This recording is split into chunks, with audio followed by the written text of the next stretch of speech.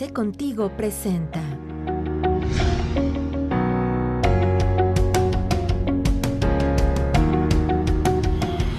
Hola amigos, bienvenidos a sus sesiones de Arce Contigo. Es un placer recibirlos en este 2023. Espero que hayan pasado unas muy felices fiestas de Navidad, que hayan recibido muy bien el año nuevo.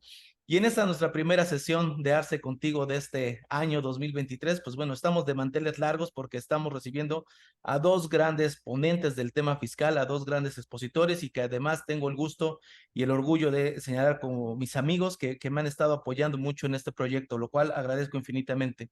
Ya los están viendo ustedes, así es que ninguno de los dos necesita presentación. Sin embargo, me voy a permitir darles la bienvenida y también que nos cuenten cómo les fue en este cierre de año. En primera instancia, al maestro Mario Beltrán. Maestro, muy buenos días, ¿cómo te encuentras? José Alejandro, buenos días, bien, gracias. Igual lo mejor para usted, para toda su firma de contadores. Y sí, pareciera un cierre de año de descanso, pero no es cuando más actividad hay dentro de las empresas, las firmas. Y pues bueno, aquí estamos listos para iniciar este año. Gracias. Perfecto, maestro. Muchas gracias. Gracias por el tiempo. Y de la misma forma, también está con nosotros por primera vez teniendo la oportunidad de que nos visite y que esperemos que sea la primera de muchas ocasiones. Ustedes lo conocen muy bien, el maestro José Antonio González. Maestro, bienvenido. ¿Cómo te encuentras? Muy bien, Alex, igual honrado estar en tu programa, como bien dices, la primera vez y no, esperemos que sean muchas más. Y también honrado porque hoy también coincidimos con el maestro Mario Beltrán, al quien reconozco su trayectoria, admiro su trabajo y desde luego respeto sus comentarios, muy asertivos siempre.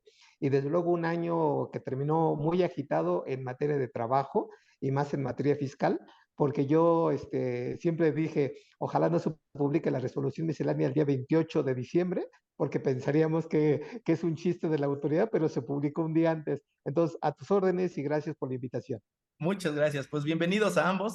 El tema que nos ocupa el día de hoy es justamente la resolución miscelánea fiscal, los principales temas, los principales puntos que consideramos, pues debemos de tener muy a la mano, muy conscientes de lo que está sucediendo a través de esta resolución miscelánea.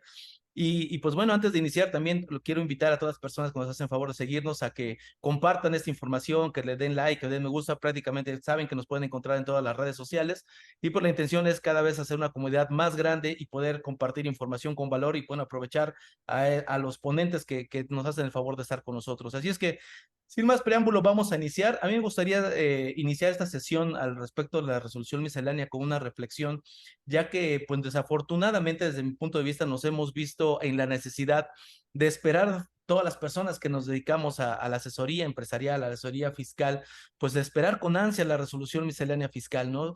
Porque prácticamente en ella, por lo menos en los últimos años, se han dado los principales cambios o los principales aristas sobre la forma de recaudación de la autoridad, sobre la convivencia que tiene con los contribuyentes, sobre la supervisión que realiza de los cumplimientos de estos. Y pues bueno, en esta ocasión no fue la excepción, como bien dice el maestro José Antonio, pues no fue en Día de los Inocentes, pero sin embargo sí nos dieron mucho trabajo que hacer, mucha tarea que realizar para este cierre del ejercicio. Y pues bien, vamos a empezar a platicar con temas muy puntuales al respecto de la resolución.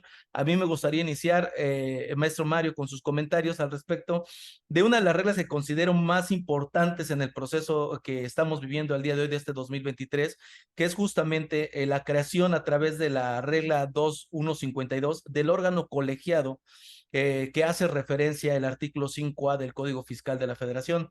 A mayor razonamiento, solamente para dar un poco de preámbulo o un poquito de contexto, el tema de este 5A habla de un elemento esencial que la autoridad ha estado utilizando a efectos de hacer facultades de comprobación, que es justamente la razón de negocios. Y en este 5A se establecía que la valoración de los elementos de las pruebas que tienen los contribuyentes a efecto de mostrar esta razón de negocios tendría que ser validada o ponerse a juzgado a través de este órgano colegiado que hasta el 2022 no teníamos, maestro, y que al día de hoy lo vemos reflejado en una regla.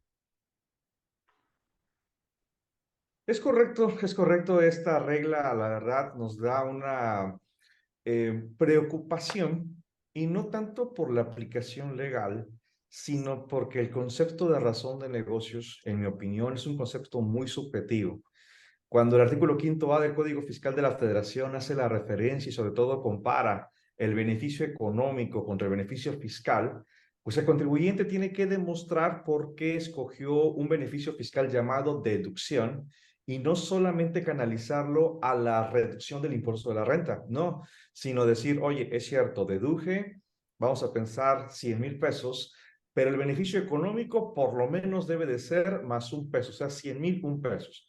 Y esto porque si el beneficio fiscal fuera mayor que el beneficio económico, entonces la autoridad podría recaracterizar la operación y entonces asumir que no tiene razón de negocios. Existen algunas tesis que mencionan que si una operación carece de razón de negocios, también carece de materialidad, y nos vamos a un artículo 69 del Código Fiscal de la Federación. Lo delicado de esto es que, pues, este órgano que hará la valoración de la estrategia implementada por el contribuyente, ya sea por uso de deducción, extensión, reducción, diferimientos, etcétera, pues simplemente queda siempre a la potestad de la autoridad. Y algo que en lo particular critiqué mucho cuando se dio esta modificación al artículo 5A, es que ¿dónde está, si bien es cierto, el ombudsman fiscal llamado PRODECON? Porque se supone de que el contribuyente va a decir, adquiero este teléfono con valor de 50,000 pesos, lo voy a deducir, pero la autoridad fiscal en facultades de comprobación pudiera aseverar no deducible, porque no tiene razón de negocios. Y entonces, no hay una guía, no tenemos un checklist de los puntos necesarios para decir, la operación sí tiene razón de negocios en un 99.99%. Tan así que la autoridad simplemente va a descalificar y el contribuyente tiene que recurrir a medios de defensa, que en lo particular, sí, claro, es el derecho del contribuyente, pero no habría necesidad siempre y cuando el contribuyente a través de actas de asamblea pueda justificar por qué hace el uso de ese beneficio fiscal y que, por supuesto, el beneficio económico se puede dar en el momento o en el mediano o largo plazo. El decir, voy a comprar o voy a licenciar una marca, tal vez no en este mes de enero 23, sino pasarán meses o años para que vea el beneficio económico. El contribuyente tiene que estar preparado para poder hacer la valoración y si el comité llega a esa disyuntiva y decir no tiene razón de negocios, recurrir a medio de defensa.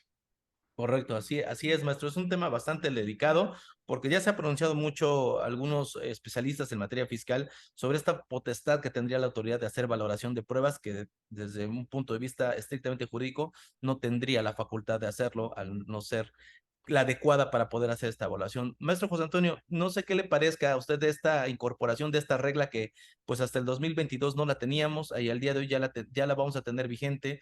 ¿Qué tanto cree que tenga un impacto en el quehacer de las empresas?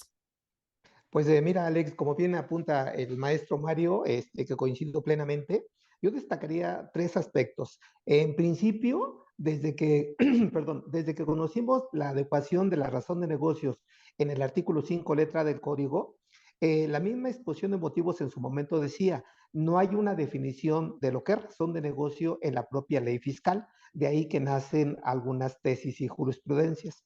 Derivado de esa precisión, la razón de negocios es el por qué se está haciendo alguna operación en particular. Y yo creo que es uno de los elementos importantes que el contribuyente no debe de dejar desapercibido, porque bien apuntaba Mario, el hecho de carecer de una razón de negocio, en consecuencia, carece de lo que es una estricta indispensabilidad y la autoridad lo puede observar. Por lo tanto, la misma tesis señala en su momento que esa razón de negocios no es el único elemento que la autoridad debe de valorar para saber si procede o no la deducción, ¿de acuerdo? Para que no proceda la recaracterización.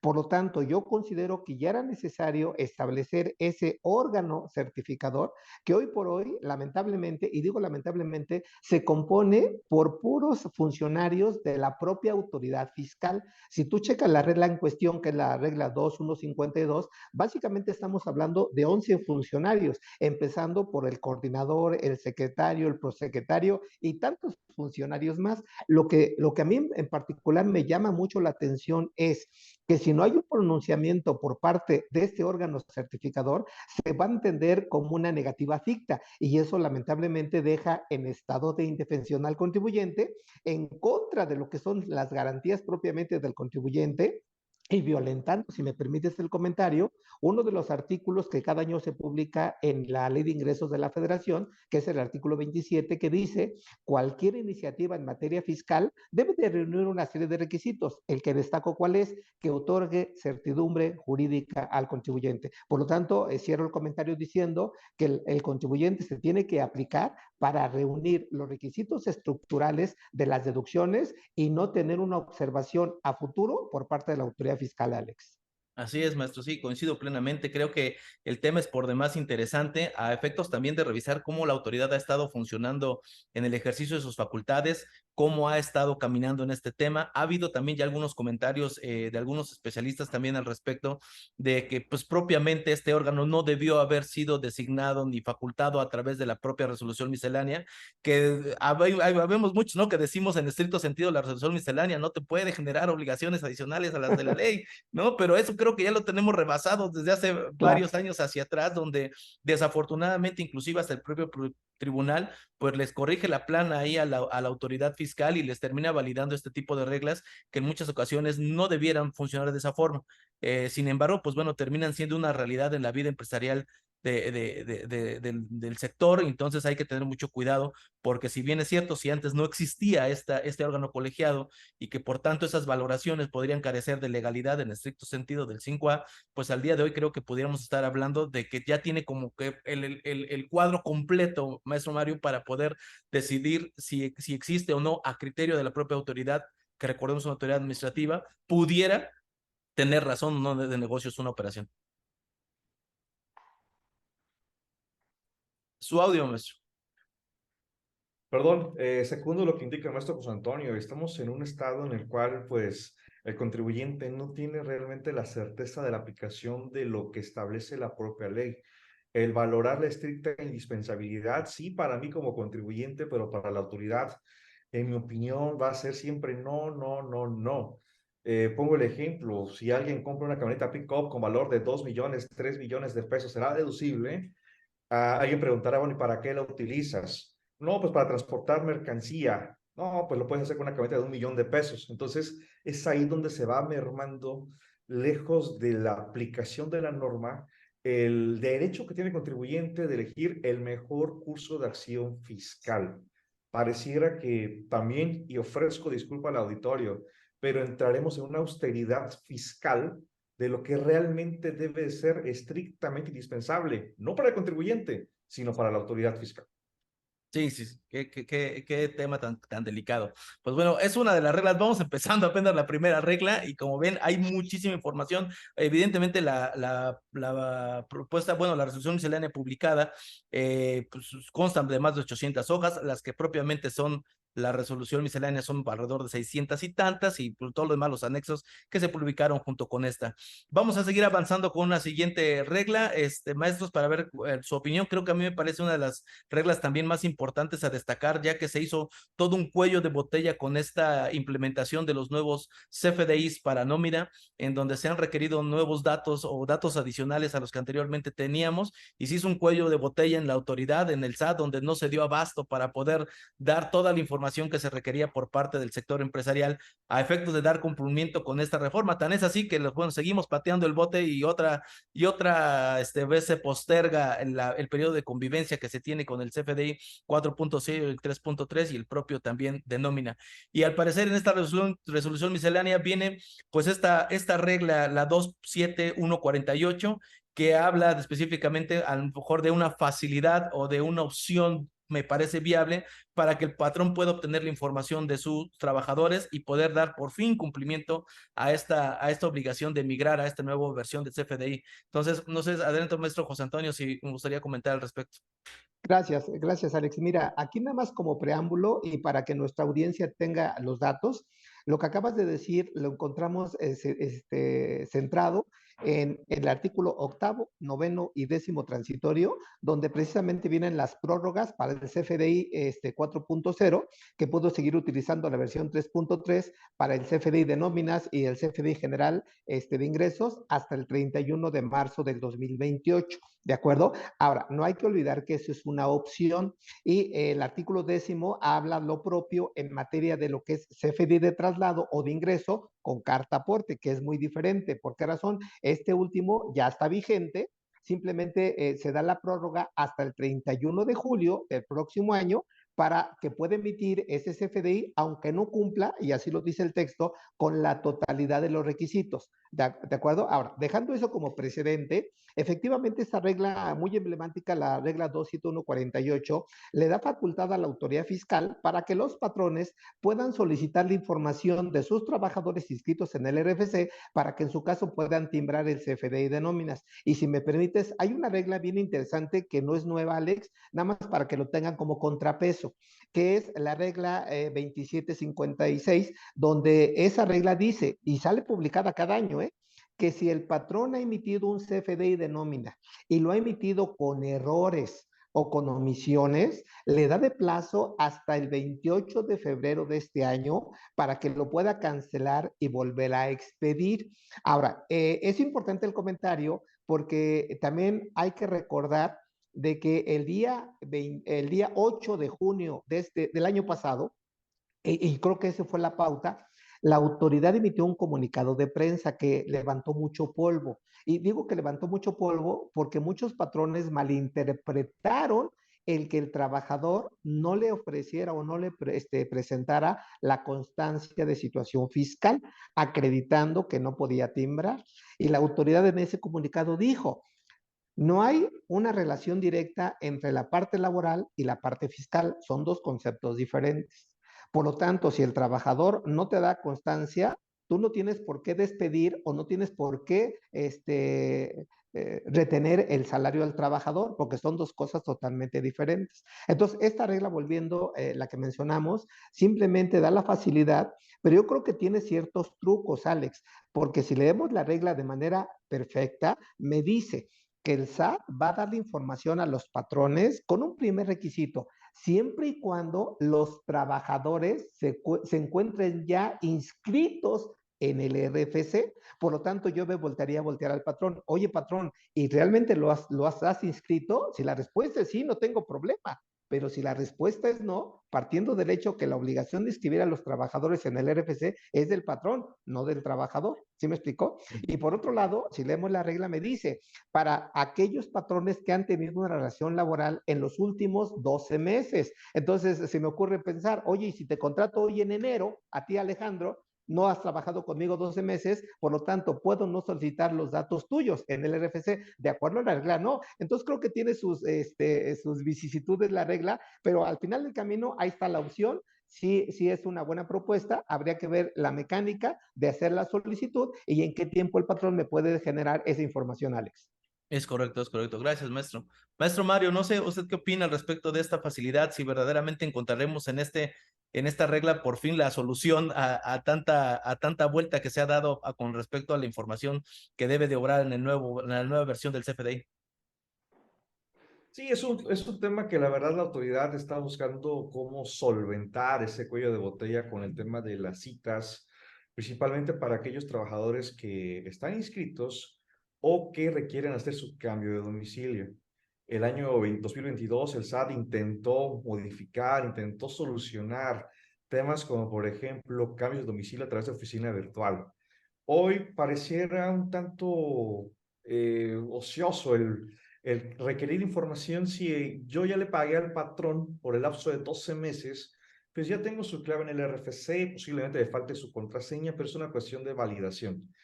Aquí lo que, en mi opinión, el SAT para enmendar este tema del cuello de botella podría ser, es que para efectos de la nómina el atributo del código postal sea opcional o que sea condicional y que no lo haga obligatorio, porque realmente esa es la problemática. Y ahora, el tema no es para el patrón propiamente. Si revisamos lo que se dio a conocer en 2022 en la exposición de motivos, que se han detectado aquellos patrones fantasmas.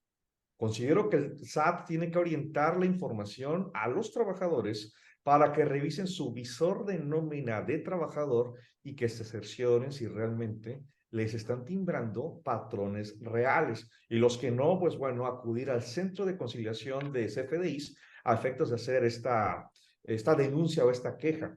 Pero pues bueno, dentro de lo rescatable que pudiéramos tener es que pues ya el SAT está descargando este cuello de botella hacia el patrón.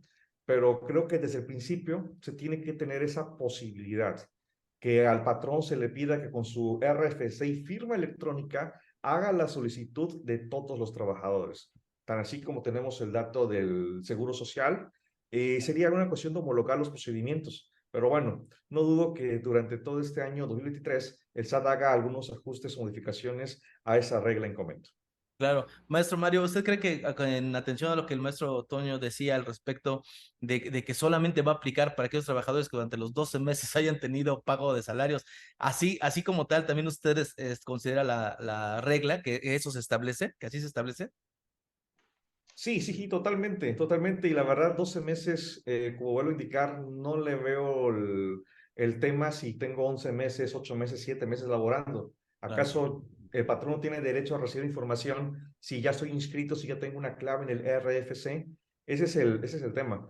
Pareciera entonces que el SAT va a buscar que el patrón cometa errores, tal vez timbrando nóminas en la versión 3.3 hasta el plazo de convivencia, para cuando no sé, 2024, 2025, el SAT envíe cartas de invitación y decir, oye, tengo estos trabajadores que no corresponden los datos porque en la versión 3.3 no hubo validación de código postal y en la 4.0 sí. Entonces, esto hay que tratar de verlo, y disculpen, pero en la desconfianza hacia la autoridad de que hoy nos puede dar un escenario pacífico, pero hemos visto cómo en el futuro, cuando lamentablemente regresa hacia atrás, muchos no supimos hoy cómo el SAT actuaría en ese futuro. Así es, maestro. Maestro Toño, para retomar un poquito de lo que nos estaba usted comentando hace un momento, el tema de la inscripción de los trabajadores al RFC corresponde y es carga que tendría que realizar el patrón en estricto sentido, y así también se establece en esta miscelánea, en la regla 246, al respecto de esta obligatoriedad de inscribir a aquellos trabajadores, bueno, que no se encuentren inscritos en primera instancia, ¿no? Que es una de las primeras características, que no se encuentren inscritos ante el RFC, pero aquellos trabajadores que ya están inscritos y que tienen una relación laboral y que terminan con esa relación laboral, maestro, hay otras obligaciones que se quedan ahí en el aire y que terminan siendo letra muerta en muchas ocasiones, al menos para el efecto real o para el efecto de lo que sucede realmente en el mercado, maestro. Usted hacía un comentario muy recientemente al respecto de estas otras obligaciones que se tienen cuando un trabajador deja de prestar los servicios en favor de un patrón. Sí, Alex, mira, como todo, y lo he dicho en todos los foros donde me han invitado a participar, finalmente cada tema que hablemos tiene mucho que ver, pero bueno, no trataré de abusar del micrófono.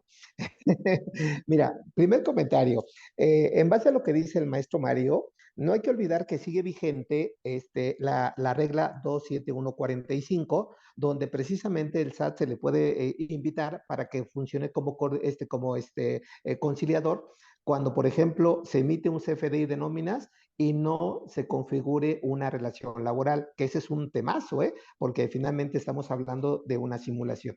Por otro lado, no hay que olvidar también de que uno de los requisitos para deducir la nómina, y estoy parafraseando el artículo 27, fracción quinta, segundo párrafo, es que los patrones, aparte de timbrar el CFDI, inscriban a los trabajadores en el RFC. Si checamos las obligaciones del 99, en particular las primeras 4 fracciones en particular, bueno, no las 4 fracciones, fracción primera, segunda, tercera y quinta, esta última me habla de que el trabajador le tiene que dar los datos al patrón para que proceda a la inscripción en el RFC como requisito para deducir la nómina.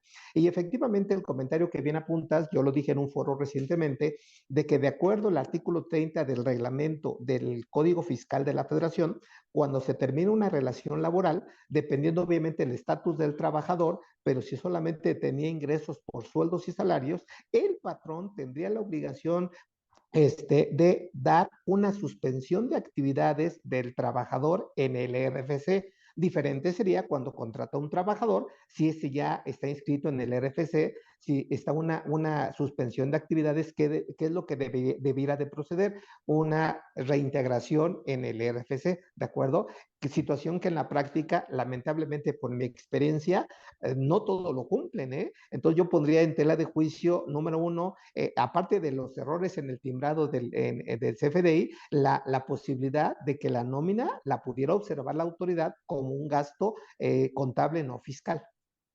Sí, es un tema bastante, sui generis ahí, porque a pesar de que no es regla nueva ni es algo que se haya reformado recientemente, sí es algo que en la práctica no se realiza.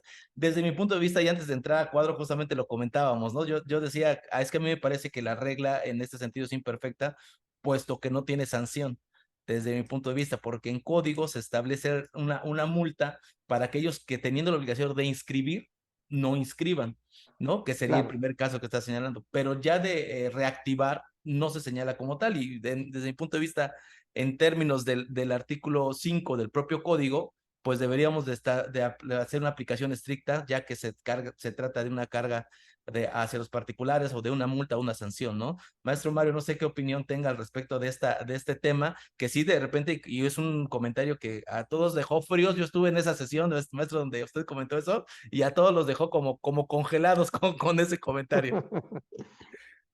Sí, sí, sí, y esta es una situación que pone pues en riesgo a los patrones. Desafortunadamente, falta esa comunicación y sobre todo que el trabajador esté consciente que debe de dar sus datos para la inscripción en el RFC y por su parte el patrón evidentemente inscribirlo y en caso de que termine la relación laboral, pues hacer la suspensión de actividades.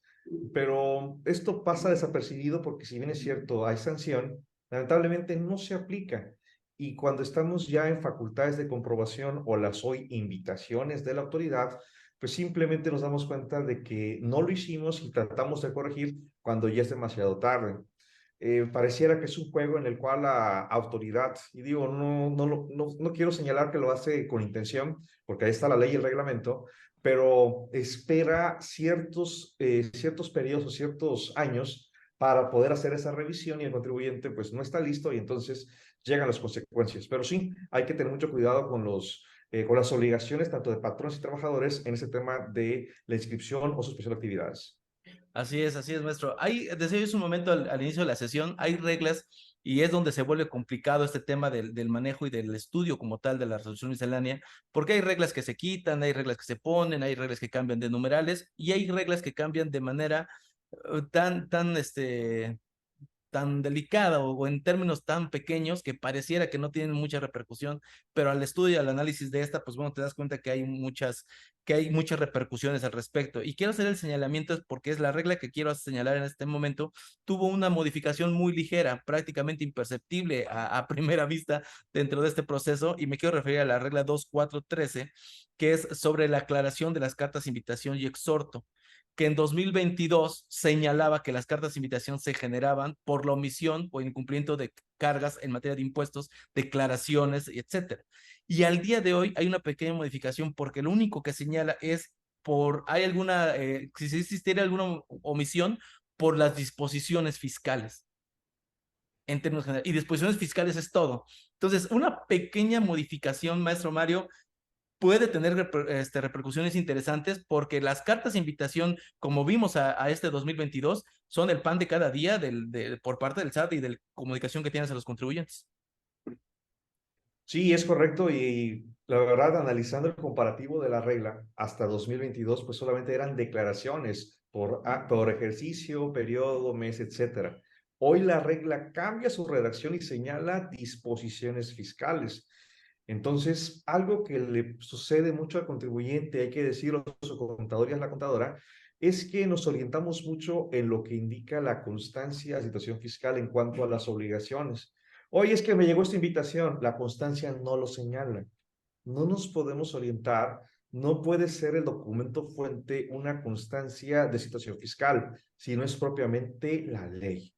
Yo no dudo que en algún momento, y estoy casi seguro, lo vamos a ver en breve, el que SAT nos envíe invitaciones por no envío de la contabilidad electrónica. Oye, pero es que no aparece en la opinión de cumplimiento en sentido negativo. Es que no se diseña esta opinión para todas las obligaciones, solamente para las de declaraciones, pero esa es una informativa, la contabilidad electrónica y otro tipo de obligaciones. Oye, es que encontré que tienes un CFDI nominativo RFC genérico por 200,000 pesos, forma de pago efectivo. No enviaste el aviso cuando excede 100,000 pesos en el formato 35. Te invito. O sea, todo esto, el SAT creo que ya vio que le funcionó en lo particular con declaraciones. Ahora lo va a hacer en lo general por todo. Y desafortunadamente, muchos estamos pensando que la carta de invitación, el correo electrónico, lo es todo. Hay quienes nos atrevemos a decir irresponsablemente, no se atienda la carta de invitación. Es una invitación, es una llamada a misa, no ocurre nada. Pero nos olvidamos de que hay un artículo 17H bis del Código Fiscal de la Federación con diversos supuestos para restringir temporalmente el CCD. Y entonces, ya sea que por las buenas, que fue la invitación, no quisimos siquiera revisar nuestra situación fiscal, pues bueno, aplicando este artículo del Código Fiscal, tendremos que hacer la misma acción y ahora sí, contratiempo. Entonces, contribuyentes, es importante que revisen todas las obligaciones que establece la ley, no la constancia de situación fiscal. Correcto. Maestro José Antonio, ¿cómo ve este tema? Justamente y aludiendo al comentario del maestro Mario, el tema de las cartas de invitación, que ha sido un tema, repito, muy reiterativo por parte de la autoridad. Creo que este año pues no será la excepción, ¿verdad? Claro, mira, yo coincido con Mario en el siguiente orden de ideas. Efectivamente, un artículo que no debemos de pasar de vista es el artículo 17H bis del Código Fiscal de la Federación, donde la autoridad tiene como facultad, desde luego, dejar sin efecto o inhabilitar temporalmente el certificado de sello digital, ¿de acuerdo? Lo menciono por una razón importante. Hay que también tener presente los artículos transitorios, Alex. Hay un artículo 15º transitorio al respecto que dice que si tú, por ejemplo, estuviste en una causal del 17H bis y por alguna razón incumpliste, no aclaraste o se te pasó el tiempo, ¿de acuerdo? Ese artículo 15º transitorio te da la posibilidad de que vuelvas a presentar el aviso, ¿de acuerdo? Para destrabar o aclarar alguna situación frente al certificado de sello digital y obviamente puedas seguir trabajando. Entonces, ahí está un primer elemento. Segundo elemento, yo también coincido con Mario en el sentido de que los exhortos, invitaciones y demás no son llamados a misa. Yo creo que la autoridad está haciendo su chamba y la está haciendo muy bien, porque si ya te está mandando un exhorto, una invitación, yo creo que algo se está haciendo mal, ¿de acuerdo? Y dentro de ese algo que se está haciendo mal, lamentablemente otra vez este término que me gusta utilizar es que a lo mejor tu CFDI está de manera indebidamente timbrado. Y lo menciono porque ejemplos de cartas de invitación son diferencias en ICR, diferencias en ingresos nominales, diferencias en IVA. Entonces, mi sugerencia, ¿cuál es? Pues desde luego atenderlo. ¿Me explicó? Ahora, si no tienen por ahí, como dicen coloquialmente, cola que te pisen, pues no pasa nada. Lo atiendes, lo aclaras y no pasa nada. Y termino mi comentario diciendo que esta parte de cumplimiento en materia fiscal, atendiendo a lo que es el texto de ley, que cumpla la disposición reglamentaria, pues también tiene como un antecedente interesante la reforma del 23 de abril del año pasado, donde se modificó el esquema de servicios de acuerdo de outsourcing malentendidos y se dio el esquema de servicios especializado. No hay que olvidar que el artículo 15 de la Ley Federal del Trabajo, para estar en ese esquema del REPS y demás, pone como regla general que el contribuyente cumpla con sus obligaciones en materia fiscal y de seguridad social. Por lo tanto, ese cumplimiento, y hemos hablado mucho del famoso compliance, ¿de acuerdo? Yo creo que se tiene que dar el día con día, sí atender las cartas de invitación, los exhortos de la autoridad, y yo creo que lo más importante es que el contribuyente sea cumplido en tiempo y forma, Alex, para que evite problemas o contingencias a futuro. Claro, de hecho, parecemos este disco rayado aquí ya en el canal comentándolo, pero de verdad que lo hemos puesto sobre la mesa en muchas ocasiones, pero coincido plenamente en el que la cuestión del aseo administrativo, del quehacer bien hecho al interior de las empresas, te va a ahorrar muchísimos dolores de cabeza porque la autoridad está fijándose en eso, en las formas, en las cosas, cómo se realizan, cómo se documentan, todos tus procesos tienen que estar perfectamente documentados para evitar mayores sanciones por parte de la autoridad.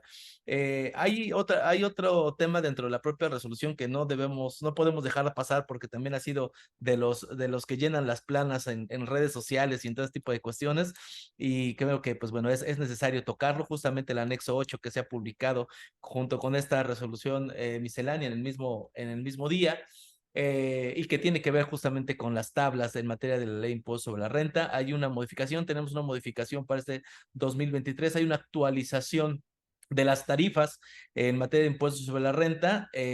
Maestro Mario, me gustaría que nos comentara al respecto de esta modificación, de qué va, y pues bueno, hacerlas lo propio con el tema, maestro José Antonio, con la tabla del subsidio que va a colación y relacionada de manera directa justamente con esto.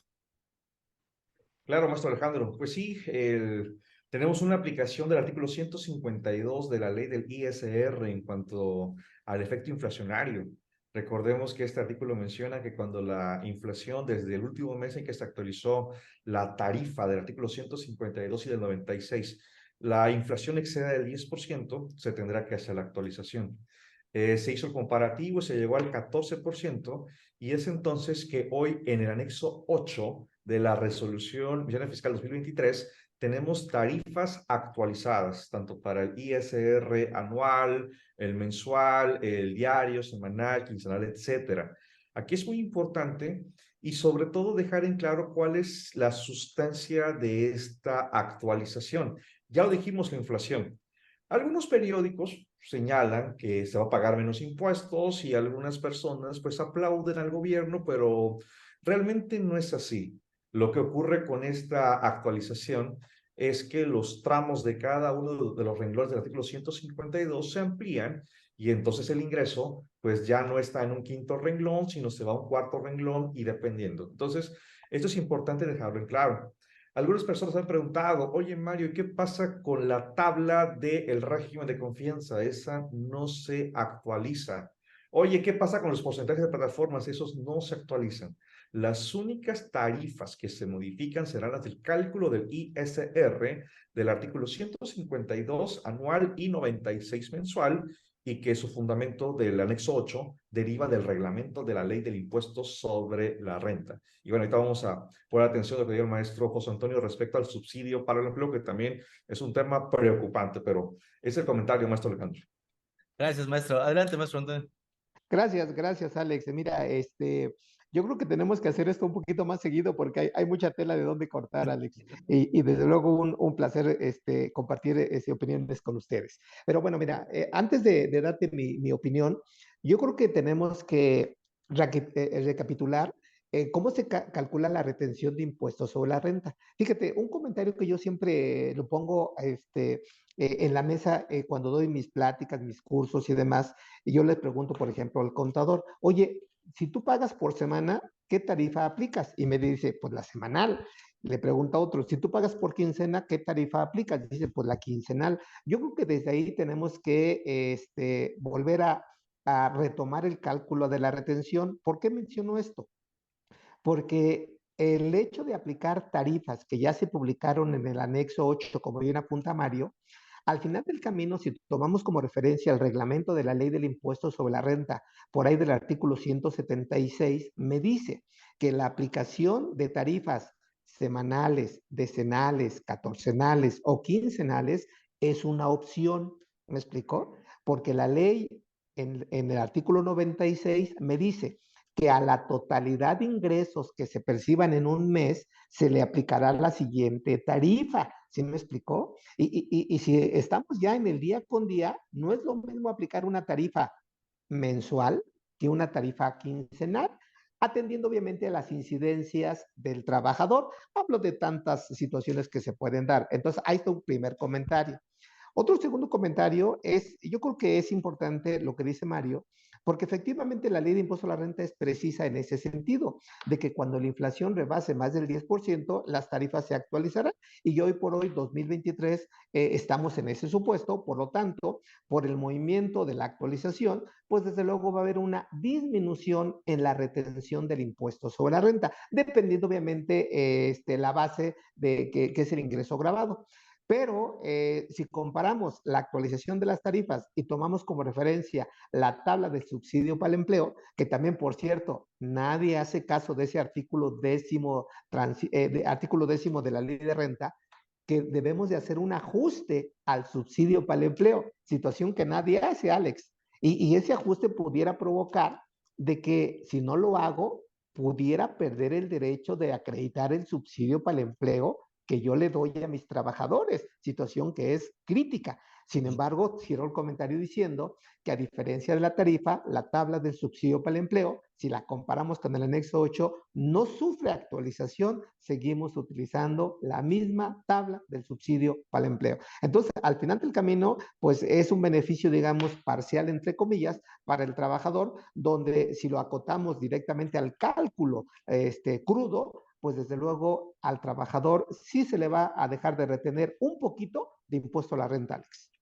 Sí, maestro Mario, aquí en el tema que nos comenta el maestro José Antonio, es importante señalar el objetivo de la creación de este subsidio al empleo, de cuál eran las veces que tendría que hacer para contrarrestar un poco el efecto del impuesto y también de qué forma ha perdido, desde mi punto de vista, ha perdido ese objetivo, se ha diluido prácticamente a lo largo de los años, desde su creación hasta el día de hoy. Y inclusive recordemos, y quiero sacar a colación el tema porque tiene mucho que ver que por acuerdos internacionales, cuando se habla de un mínimo vital, la autoridad mexicana se ha resguardado a través de justamente las exenciones que da en la propia ley y justamente a través de este subsidio al empleo como parte integrante de un mecanismo que proteja ese mínimo vital. Y al día de hoy pareciera que ese discurso quedaría completamente desfasado con esta actualización en las tablas y con el desfase que está teniendo esta tabla de subsidio al empleo.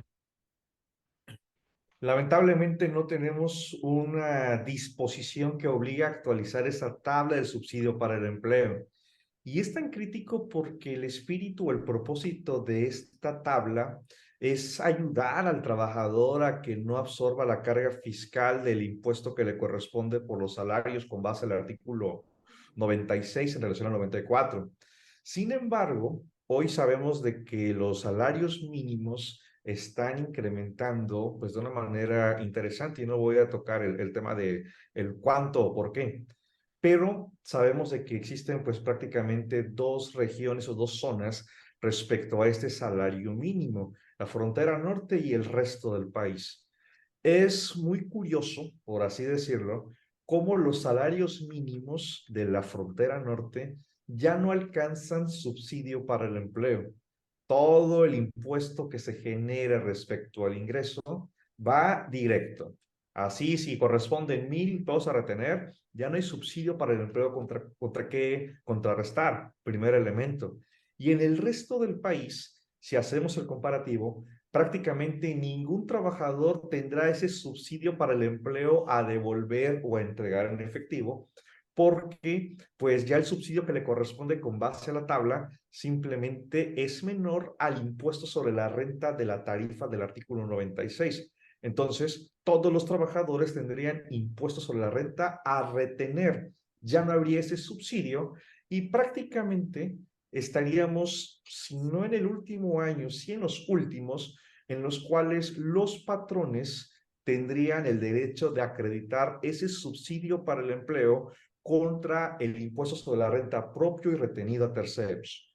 Es muy curioso cómo el año pasado la autoridad envió las cartas de invitación por la errónea aplicación del subsidio para el empleo, la no distinción entre subsidio causado y el subsidio entregado. Pues prácticamente pudiéramos decir que 2023, al no haber subsidio entregado, pues bueno, será solamente una aplicación de subsidio causado y como bien señaló el maestro José Antonio, el tema del ajuste mensual del subsidio para el empleo. No dudo que en algunos años la autoridad haga cuestionamientos y nos va a decir, oye, es que aplicaste el subsidio que no correspondía, evitaste la retención y ahora tú como contribuyente patrón tienes que hacer el entero de ese subsidio que entregaste indebidamente y el ISR que no retuviste al trabajador. Sí, claro, sí, básicamente a manera de dar un poquito mayor de contexto, pues básicamente el ajuste se refiere a que no puedes entregar más subsidio mensual que el que corresponde a la tabla, ¿no? Si Claro. hacemos la división de los periodos semanales, quincenales o diferentes al mensual, pues si le aplicas solamente de manera proporcional, pues seguramente al final del mes te va a dar que le dice más subsidio que el que corresponde a la tabla. Es por eso es importante el ajuste y como bien comentan los maestros, hacer el proceso de ajuste en ese tema al cierre de mes porque si no, pues bueno, hay riesgos ahí interesantes a cuidar. Creo que esta publicación de la resolución miscelánea, maestros, trae como dos características esenciales. Justamente el tema de las facultades que se tiene por parte de la autoridad a efectos de poder llegar a las metas de recaudación que están planteando. Y otra que me parece también por demás importante señalar, pues el refuerzo que se está dando al CFDI, por ejemplo, en el tema de las declaraciones prellenadas que vamos a tener, que ya convivimos con ellas desde el año pasado, en donde ya tendríamos información precargada, prácticamente inamovible dentro del sistema de declaraciones y pagos por parte del SAT. Sin embargo, hay algunas modificaciones también para este sentido, sobre todo hablando de recicos y hablando de personas morales, en donde nos establecen las reglas de la resolución miscelánea, la 3.13.7 en el caso de los recicos, y me parece la 3.9.15 en el caso de las morales, el hecho de cómo va a estar prellenada esta información. Maestro José Antonio, ¿qué le parece este tema, este proceso de la información que va a estar precargada en el sistema y de qué forma tenemos que aprender también nosotros a ser mucho más estrictos en nuestro control, me parece, para poder llevar al sano puerto nuestro cumplimiento de obligaciones mensuales? Bueno, yo creo que en el tema del CFDI podemos hacer un programa en particular y no terminamos, Alex, porque hay mucho que platicar. Pero bueno, simplemente para dar un contexto a tu pregunta y con gusto te doy mi opinión. Mira, no hay que olvidar que RECICO, Régimen Simplificado de Confianza para Físicas y Morales, fue una novedad del 2022 que muchos ya no estamos acostumbrados a la terminología. Por lo tanto, yo nada más quiero tener como un antecedente de que decía yo, chequen los artículos transitorios porque hay carnita muy rica. Uno de esos artículos transitorios a propósito de reciclo es el artículo 29º transitorio, que dice que las personas morales, de acuerdo, pueden cambiar de régimen fiscal. Es decir, ¿a qué me refiero? De reciclo a régimen general de ley o viceversa. ¿De acuerdo? Pero aquí el punto importante es que le dan de plazo hasta el 31 de enero de este año para hacer el aviso correspondiente ante el SAT. Y algo novedoso es que se debe de acompañar una serie de indicaciones muy precisas, declarando, salvo promesa de decir verdad, que el contribuyente está en ese supuesto para el cambio de régimen. La autoridad lo va a analizar, la autoridad se va a pronunciar y ya pronunciándose, obviamente tenemos 10 días para confirmar ese cambio. Ahora, ¿por qué menciono esto? Porque un elemento importante que debe de prevalecer en los FDIs, de acuerdo al 29A del código, es el régimen fiscal. Por lo tanto, si yo tengo un régimen fiscal diferente en mi CFDI, ese CFDI no produce efectos fiscales. Ahora, ¿por qué lo menciono?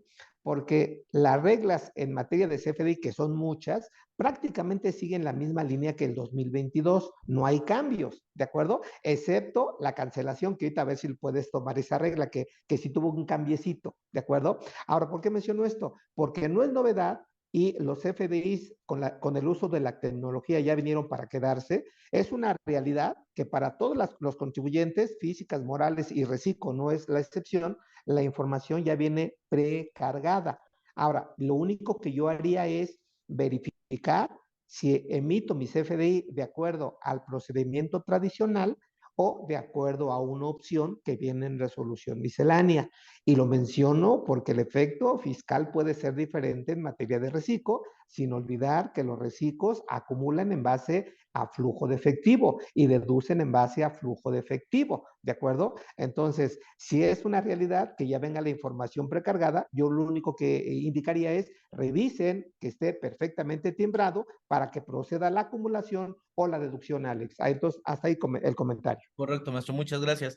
Maestro Mario, justamente en esta regla que nos hace mención el maestro, la 3.13.7, en el tema de los reciclos, ¿cómo va a estar ya llenada la información conformación de las declaraciones con los FDIs de ingresos, los de egresos y los de pago que se están emitiendo por parte de los contribuyentes en este régimen.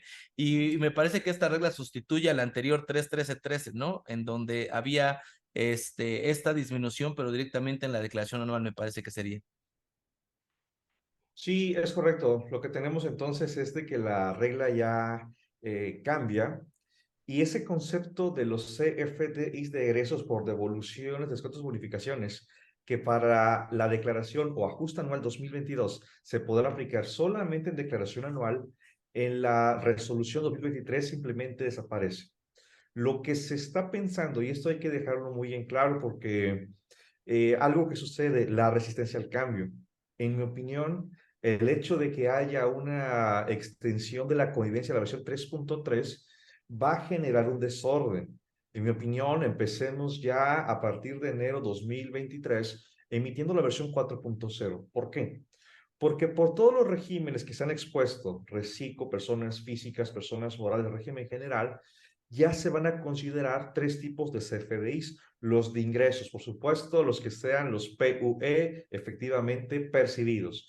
Tendremos los de pagos, los CFDIs de pagos con el complemento de pagos, que denotan que hemos cobrado de manera parcial o diferida una operación previamente emitida como PPD 99. Y tercero, los CFDIs de egresos. Los egresos, recordemos, solo se utilizan para aplicar devoluciones, descuentos, bonificaciones o en todo caso aplicación de anticipos. Un egreso no sirve para cancelar un CFDI. Así que es importante, como bien señaló y bien apuntó el maestro José Antonio, revisemos cómo estamos expidiendo los comprobantes. El hecho de que llegarán invitaciones ya no solo por declaraciones, sino por cumplimiento de disposiciones fiscales, podría motivar en efecto diferencias, podría motivar restricción temporal de CCD, pero también podría motivar el hecho de que nos puedan imponer una infracción por no emitir los comprobantes fiscales de manera correcta.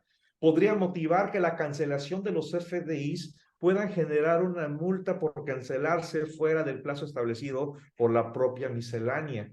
El hecho de que hoy, 2023, si queremos cancelar un comprobante fiscal, cual sea 2021, 20 hacia atrás, hoy nos va a llevar una multa del 5 al 10% del comprobante fiscal. Y los FDIs de 2022 se podrán cancelar marzo personas morales a abril personas físicas. Considero que este es un éxito que va a tener la autoridad cuando todos estemos en la versión 4.0. Recuerdo que se llegó a pensar de que en algún momento, día 2, día 3 del mes siguiente, el SAT estaría enviando la propuesta de declaración prellenada. Muchos dijeron, eso es imposible. Bueno, ya estamos casi cerca porque en la medida que el contribuyente, correcta o incorrectamente, expida los comprobantes fiscales, en esa medida llegará la declaración prellenada. Y bueno, tal vez será un tema para otra sesión. La pregunta que a muchos contadores nos hace romper las vestiduras. ¿Será que el contador que declara impuestos desaparecerá ante estas declaraciones prellenadas? 2022 era solamente CFDI de ingresos. 2023, ingreso, egreso y pago. Hay que estar muy atentos cuando ya todos estemos en la versión 4.0. Sí, el peso que tiene el CFDI dentro del tema del proceso de fiscalización de la autoridad es notable, ¿no? Es completamente la base de cualquier acto que realiza la autoridad. Y pues obviamente también, desafortunadamente, a contrario censo, es el principal dolor de todos los contribuyentes, la emisión correcta de estos CFDIs. Y pues bueno, por un lado la autoridad lo ha sabido aprovechar bastante bien y por otro lado el contribuyente, me parece, nos falta hacer un poquito de mayor énfasis o de mayor cuidado en esta emisión, porque terminamos muchas veces metiéndonos el pie nosotros solitos en cuestiones que no tendrían que ser si tuviéramos un adecuado control interno de nuestra operación. A colación de lo que señala el maestro Mario, creo que también es importante señalar que esta eliminación dentro del segundo transitorio que teníamos en la resolución miscelánea anterior a respecto de las cancelaciones de los FDI de los años anteriores, ¿no?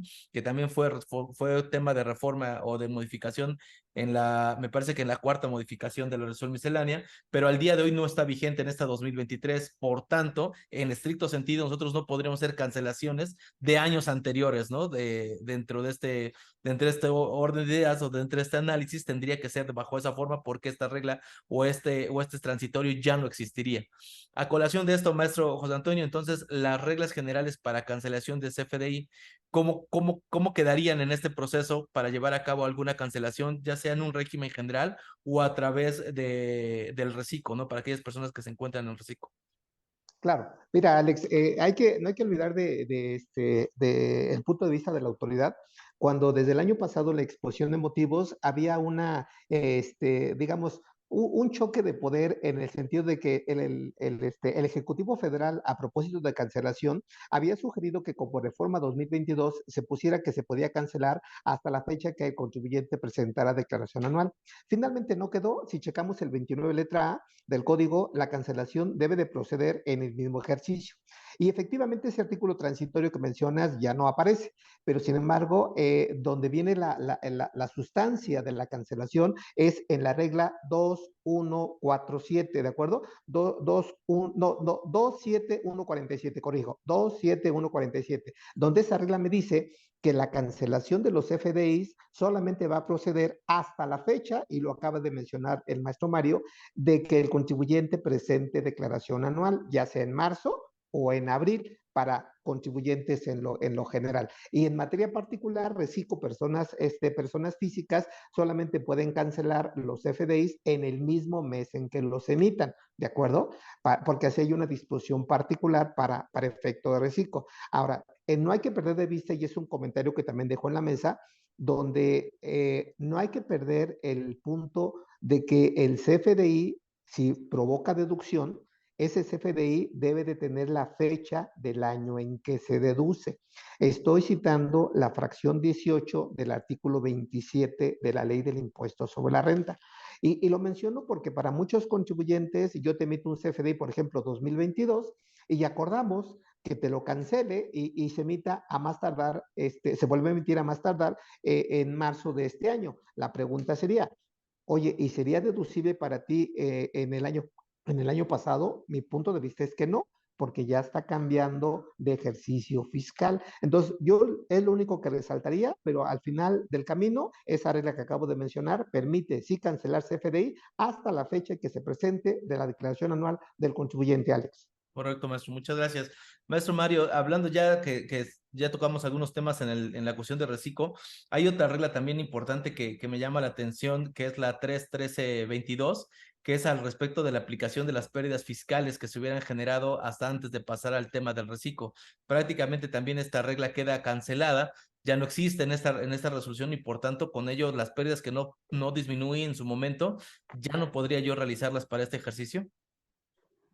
Sí, en efecto, y lo que tenemos prácticamente cuando vi esa regla que ya no estaba contemplada, es de que el contribuyente es la última oportunidad en esta declaración o ajuste anual 2022 de aplicar contra los ingresos del ejercicio esas pérdidas o esos derechos, llámese acreditamientos, saldos a favor que puedan tener en esta declaración 2022. Prácticamente están acabando con esa posibilidad y no podré disminuirlos en 2023 y posterior. Aquí ya no hay eso de los 10 años de la pérdida fiscal, no, simplemente, y hasta me atrevo a decir que va a haber una modificación, porque ¿qué sucede si pensemos que la base anual del régimen de confianza sea de 1 millón de pesos y la pérdida sea de 1.300.000? Pues voy a poder aplicar hasta 1 millón de pesos y los 300.000 pesos pudiéramos decir que es una pérdida, pues no, porque el reciclo no admite deducciones. Entonces creo que con eso la autoridad está cerrando toda posibilidad de que el contribuyente persona física del régimen de confianza pues pueda en un futuro tener en la congeladora estos beneficios que estaban en el régimen de actividades empresariales o arrendamientos según sea el caso. Aquí lo curioso es que la autoridad no llama, no insta el procedimiento del abandono. Y sí es cierto el tener complementarias, pero aquí sería benéfico el decir, bueno, si aplicaste hasta 1 millón de pesos del 1.300.000 que tenías de pérdidas y por alguna razón excediste de 3.500.000 pesos, regresas al régimen de actividad empresarial. Bueno, recupera los 300.000 pesos que no pudiste disminuir de ese ajuste anual. No viene contemplado y no dudo que ya sea por cínicos del contribuyente, se pueda hacer ahí alguna consulta o alguna aclaración a efectos de poder darle ese beneficio al contribuyente. Porque recordemos, el reciclo sección cuarta está dentro del capítulo segundo y la pérdida surgió en sección primera. Entonces, ahí sí tendremos que hacer valer ese derecho del contribuyente y bueno, hay que hacer la instancia vía síndicos o incluso hasta Prodeco. Claro, maestro José Antonio, ahí en ese tema le parece pues, que esta es una de es una de esas reglas que terminan pues yendo más allá de lo que la ley está señalando y coartando un derecho que tendría el contribuyente a hacer el acreditamiento o disminución de esas pérdidas. Sí, sí, Alex. Yo creo que la autoridad, dentro de los artículos transitorios, cuando se pronunció el nuevo esquema de reciclo, puntualizó de manera muy precisa. Decía, si tú tienes algún estímulo, algún saldo a favor, pérdidas fiscales pendientes de aplicar, aplícalos exclusivamente en la declaración anual del 2022. Por lo tanto, en el ejemplo, y coincido plenamente con Mario, en el ejemplo que pone, si tienes 1.300.000, aplicas 1.000.000, en teoría se perderían 300,000 pesos. Creo que es un derecho ganado o adquirido del contribuyente, situación que pudiera provocar algún pronunciamiento de la autoridad o inclusive alguna demanda, ¿de acuerdo? O crear alguna jurisprudencia o tesis. Yo considero que de entrada sí hay que aprovechar el beneficio en 2022, si es que lo tenemos como reciclo persona física, para que no se nos escape la mano. No hay que olvidar que eso va a provocar la posible modificación de la base y tendría que ser de aplicación estricta. Y si tenemos un remanente, que es donde tenemos que revisar, pues valorar la posibilidad de impugnarlo, pelearlo, para que en su caso no se pierda, porque bien dice Mario, pues finalmente esa pérdida ya inclusive es del conocimiento de la propia autoridad, pero al final del camino creo que la autoridad hizo su chamba y sí se anticipó a este tipo de cambio. Por lo tanto, esa omisión de la regla que hoy ya no se publica, finalmente no tendría que ser novedad, porque ya teníamos, así que, como dicen, ya tenemos el anuncio de una muerte anunciada, ¿de acuerdo? Entonces, ahí está el comentario, Sí, Alex. que al final de cuentas el anuncio de la muerte anunciada que nos comparte el maestro José Antonio también está en resolución miscelánea, ¿no? Viene también Correcto, en regla de correcto. resolución. Entonces, creo que hay un tema bastante importante ahí. Creo que sí hay una afectación directa. Digo, en lo particular, yo sí he visto casos de pérdidas que no se lograron disminuir al 100% y pues bueno, me parece que hay un tema bastante interesante por ahí. Maestros, para ir cerrando la sesión, digo, la información es demasiada, no pretendemos atiborrar de datos a las personas que nos hacen favor de seguirnos, pero sí a lo mejor que se lleven pues a lo mejor una idea general de qué es lo más importante que contiene esta resolución, entre otras tantas modificaciones que se tiene. Pero creo que no podemos cerrar la sesión sin hablar del buzón tributario, que me parece también ha sido tema de bastante publicación en redes sociales e inclusive por parte a lo mejor la base de información no tan efectiva, no tan correcta, por lo menos en lo que establece la propia norma, pero me parece que también el buzón tributario, pues se acaba básicamente ese beneficio o ese proceso para poderlo habilitar. Al día de hoy tendríamos que estar hablando de que, salvo sus excepciones que ahorita vamos a señalar, pues todo el mundo debemos de contar con ese buzón activo, con los datos correctos, a efectos de no hacernos acreedores a multas, según nuestro Mario, el sexto transitorio de esta resolución miscelánea nos está estableciendo. Y comulgo la idea de que todos debemos tener el buzón tributario activo. Ya no tanto por una cuestión de que si no lo habilito el SAT no me puede localizar. Si lo vemos en una conveniencia, ¿qué prefiero? Que el SAT me notifique un acto administrativo de manera personal o vía buzón tributario. En mi opinión, 1000 veces buzón tributario porque tengo 3 días para poder pues revisar qué es lo que pudiera tener ahí de manera pendiente, a diferencia de la notificación personal. Pero sí se hace una reiteración en cuanto a contribuyentes que estarían no obligados a habilitar el buzón tributario, como aquellos que están suspendidos, aquellos que tienen ingresos por salarios y que no exceden 400,000 pesos. Esto pues es importante porque si van a entrar en un trámite de devolución de saldo a favor de ISR, pues bueno, requieren el buzón tributario para recibir la notificación, entre otras cuestiones. Aquí lo relevante es de que la autoridad, sí es cierto, nos está pues presionando en que los que tenemos la obligación contemos con ese buzón tributario. Pero también es conocido que para poderlo habilitar se requiere de la e-firma o firma electrónica y esta se obtiene solamente a través de cita presencial y eso pues todavía no se ha logrado solucionar respecto a la fluidez que tuvimos hace un par de años, en la cual, pues recordaremos, podíamos escoger el día miércoles, 10 de la mañana, listo, ya tengo la cita o la que pueda aparecer. Entonces, creo que la autoridad aquí tiene que ser un tanto sensible y no ponernos fechas intermedias, que si marzo, que si junio, que si octubre, a efectos de prorrogar la exigencia de este buzón tributario. Es cierto, va a empezar 2024 la sanción, pero también el contribuyente, perdón, tiene que poner su parte para estar pendiente de la cita, acudir y tener su firma electrónica para la habilitación. Correcto, maestro. Maestro José Antonio, en este tema del buzón tributario, me parece que coincido con el maestro Mario, tiene que ser sí o sí habilitado. Hay muchos beneficios que se pueden obtener, me parece, muchas tranquilidades a través de tener la habilitación de este buzón. Va a tener un juego importante, me parece, para el 2023, la forma en que la autoridad se va a estar comunicando con los contribuyentes a través de este buzón. Ya lo estamos viendo al día de hoy, pero sin embargo, me parece que por el próximo 2023, que digamos es la fecha límite para tenerlo habilitado, pues bueno, no seamos acreedores a multas ya a inicio del 2024. ¿Cómo ve, maestro, este proceso del buzón?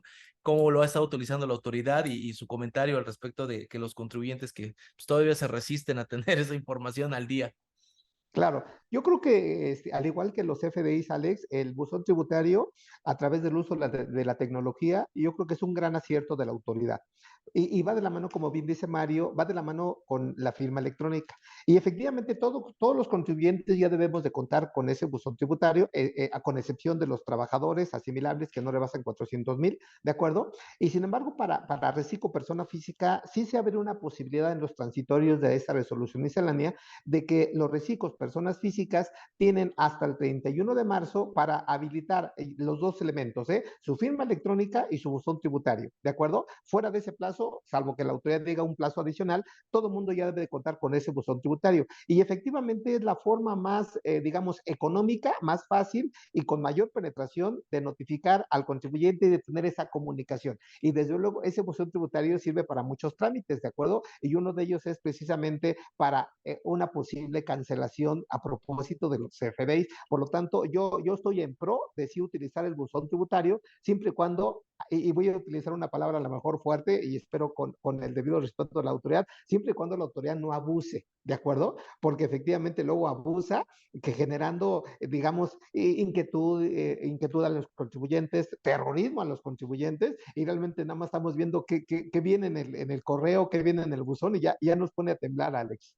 Sí, nada más para prueba el tema del embargo vía buzón tributario, ¿no? Exacto, El tema exacto. es Sí, tan delicado. correcto. Pero bueno, creo que hay temas que podemos ir abordando en otras sesiones. Pues, maestro Mario, no sé si tenga usted alguna otra regla que quisiera poner sobre la mesa, que quisiera comentarla. No, son las principales y hago un llamado o una recomendación a todos los contadores y contadoras de que cuando vean la publicación de algún texto, algún artículo, en fin, respecto a una regla, en efecto revisen que sea la 2023, porque luego nos encontramos con transcripciones del 2021, 2020 que ya no son aplicables y eso puede confundir al contribuyente. Y dos, estar pendientes de las modificaciones. Maestro José Antonio, no sé si usted tendrá memoria, pero el año pasado tuvimos 11 modificaciones y Sí, la verdad, yo no había visto tantas modificaciones en una miscelánea como el año pasado. Entonces, hay que estar con ese seguimiento y actualizando que si la regla se modificó, si se eliminó una palabra, una coma, porque eso será el éxito de la aplicación. Ya no tanto de la ley, sino lo que la autoridad pues pretende a través de los procedimientos. Entonces, la recomendación es esta, revisemos las modificaciones. Perfecto, maestro, muchas gracias. Maestro José Antonio, no sé si usted tenga alguna otra regla que quiera comentar o sus comentarios finales al respecto de esta resolución miscelánea. sí, Alex, mira, hay muchas cosas que platicar, pero bueno, yo nada más quiero ser muy preciso. Yo creo que la autoridad ha tenido muchos aciertos y está en ese proceso de ir perfeccionando las reglas. Yo quiero hacer dos comentarios, si me permites. El primero es que en materia de, por ejemplo, de CFDI de traslado o de ingresos con carta aporte, se modifica la regla miscelánea que nos habla de los 30 kilómetros. Antes, hasta el año pasado, hacía referencia a 30 kilómetros de longitud, y así lo decía, para considerar como este trámite, digo, este traslado local, sin carta aporte. Hoy por hoy ya no habla de eso. Hoy habla de un radio de distancia de 30 kilómetros. Aquí los expertos pues nada más tendrían que levantar la mano si es lo mismo longitud que radio de distancia, pero al final del camino hay un cambio que tenemos que ir revisando.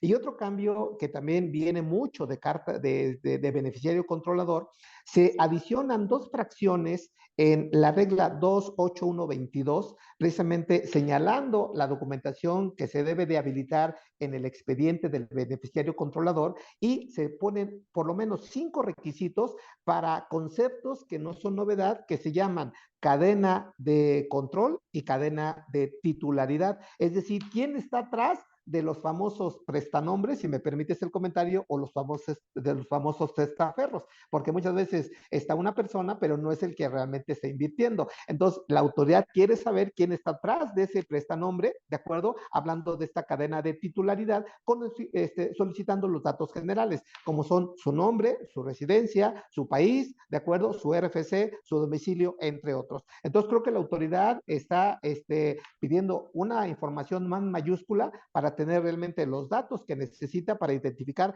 a ese beneficiario controlador. Y desde luego, pues agradecerte a ti de primera instancia la invitación, y de verdad que es un honor, Mario, el haber compartido comentarios en esta sesión con Alejandro, con su canal, y de verdad que espero que no sea la única y vengan muchas más adelante. Muchas gracias a ambos.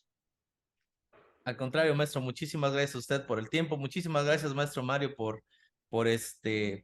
sus comentarios. No sé si quiera agregar algún comentario final para las personas que hacen favor ahí de seguirnos, alguna recomendación para los contribuyentes que están preocupados con este tema de la resolución miscelánea.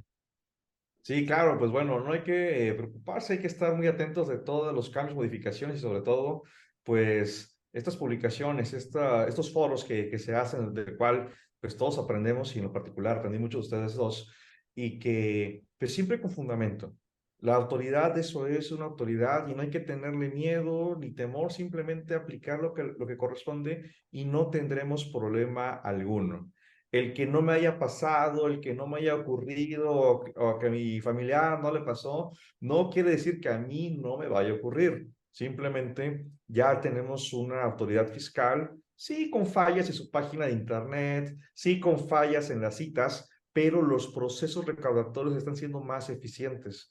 Por cada 100 pesos recaudados al SAT le cuestan 26 centavos y no dudo sea un menor costo fiscal. Así que pues hay que estar muy atentos de todos los cambios y como siempre es un gusto, y maestro José Antonio, un privilegio escuchar y aprender de usted. Maestro Alejandro, gracias por la invitación y del mismo modo estamos a las órdenes. Gracias. Muchísimas gracias a ambos por el tiempo que han tomado. Creo que muy, como siempre, muy didáctico, siempre muy reflexivo los comentarios que nos regalan. Agradecerles a los dos el tiempo que han tomado para estar con nosotros y agradecer a las personas que nos siguen en nuestras redes sociales, que nos hayan acompañado en esta sesión. No olviden, por favor, compartir, perdón, esta información que les estamos dando a través de este medio. Ayúdenos a seguirnos en nuestras redes sociales, que crezca cada vez más esta comunidad. Ustedes saben que hay mucha información que se comparte de manera completamente gratuita para ustedes. Y bueno, estén atentos del contenido que vamos a estar compartiendo, tanto el maestro José Antonio como el maestro Mario, que seguramente ya estaremos viendo, ya hay publicaciones sobre los cursos que van a estar dando al respecto de esta miscelánea, donde se van a poder abordar a profundidad muchísimo de los temas que al día de hoy hemos platicado y otros tantos más. Y de la misma forma, por parte de Grupo Arce, el tema de los próximos cursos que vamos a estar teniendo en línea, los desayunos que vamos a estar organizando para todo el sector empresarial. Entonces, no me resta más que agradecer, desearles que a todos que tengan un excelente año 2023, que sea un año muy bendecido, que todos sus objetivos se cumplan y saben que estamos aquí para apoyarles y servirles en lo que sea necesario. Muchísimas gracias a todos y que tengan excelente tarde. Nos vemos la próxima sesión de Arce Contigo. Invitamos a seguirnos en nuestras redes sociales.